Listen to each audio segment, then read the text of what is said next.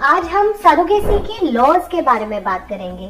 Surrogacy क्या होती है ये हमने पहले वीडियो में आपको बताया है कि जो मदर आपके बच्चे को अपने वूम में कैरी करे वो सरोगेट मदर होती है। इसके लिए कुछ न्यू लॉज हैं जो गवर्नमेंट ने एस्टैब्लिश करे हैं। न्यू लॉ 2022-2023 में आया है जिसके थ्रू हम ये ART लॉ है जिसके थ्रू हम सरोगेसी कर पा रहे हैं। सरोगेसी हमारी कंट्री में 100% लीगल है।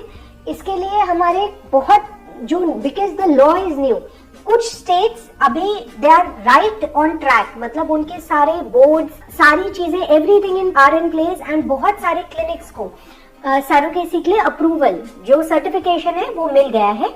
जैसे कि मेडिवर्ल्ड फर्टिलिटी हमारा level 2 surrogacy clinic and ART clinic दोनों के लिए रजिस्टर्ड है। अभी इस लॉ के अकॉर्डिंग जो 2022 में आया था उसमें कुछ चेंजेस हैं, जैसे एलिजिबिलिटी। तो एलिजिबिलिटी क्राइटेरिया सरोगेसी कराने के लिए जेनेटिक कपल का जो गवर्नमेंट कहती है वो है that the lady should be less than 50 years old. उनकी उम्र 23 साल से 25 साल से 50 साल के बीच में होनी चाहिए and the man should be less than 55 years old. मतलब जेनेटिक मदर 50 से कम और जेनेटिक फादर 55 से कम एज में होने चाहिए, तभी वो सरोगेसी करा सकते हैं। सिमिलरली जो सरोगेट मदर है उसका एज ब्रैकेट भी 25 to 35 इयर्स है। मतलब अगर कोई लेडी सरोगेट मदर बनना चाहती है तो उनकी उम्र 25 से 35 साल के बीच में होनी चाहिए। सरोगेसी कौन कपल्स करा सकते हैं, किन कपल्स के लिए एलिजिबिलिटी है सरोगेसी के लिए? तो एलिजिबिलिटी उन कपल्स के लिए है जिनमें कोई ऐसी प्रॉब्लम है कि आप एब्सेंट यूट्रस है, जैसे MRKH syndrome, androgen insensitivity syndrome, या कोई ऐसे जेनेटिक सिंड्रोम जिसमें आपका यूट्रस बना ही नहीं है, या सर्जरी करने की वजह से कम उम्र में आपका यूट्रस रिमूव कर दिया गया है किसी कैंसर की वजह से, या कोई सिजेरियन हिस्टेक्टमी जो इमरजेंसी में करनी पड़ी जिसमें हम आपका यूट्रस रिमूव कर चुके हैं, ऐसे कपल्स में हम सरोगेसी कर सकते हैं। अदर इंडिकेशंस जिसमें एक लेडी के यूट्रस डिस्टॉर्टेड है, मैलफॉर्म्ड है, उसमें बहुत ज्यादा फाइब्रॉइड्स है या एडिनोमायोसिस है, ग्रॉस सिवियर प्रॉब्लम्स है जिसमें यूट्रस नॉर्मल कंडीशन में हम सर्जरी के बाद भी नहीं ला पा रहे हैं, ऐसे केसेस में भी हम सरोगेसी कर सकते हैं।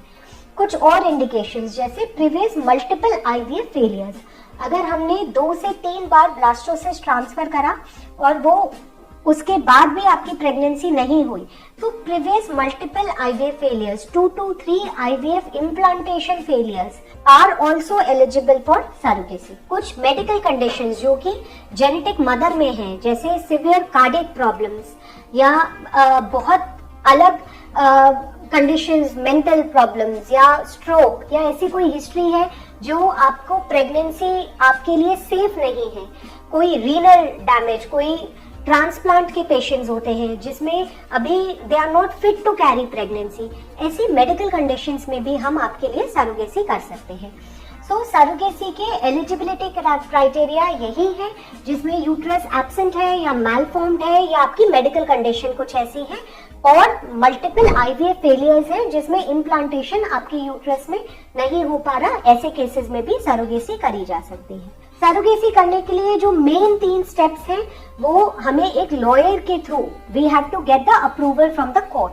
तो हम एक लॉयर को, अगर आपके पास कोई लॉयर है वेरी वेल, इफ नॉट तो हम आपको कुछ लॉयर से मिलवा सकते हैं जो कि इस प्रोसेस को वो रूटीनली कर रहे हैं, तो वो they know about the law.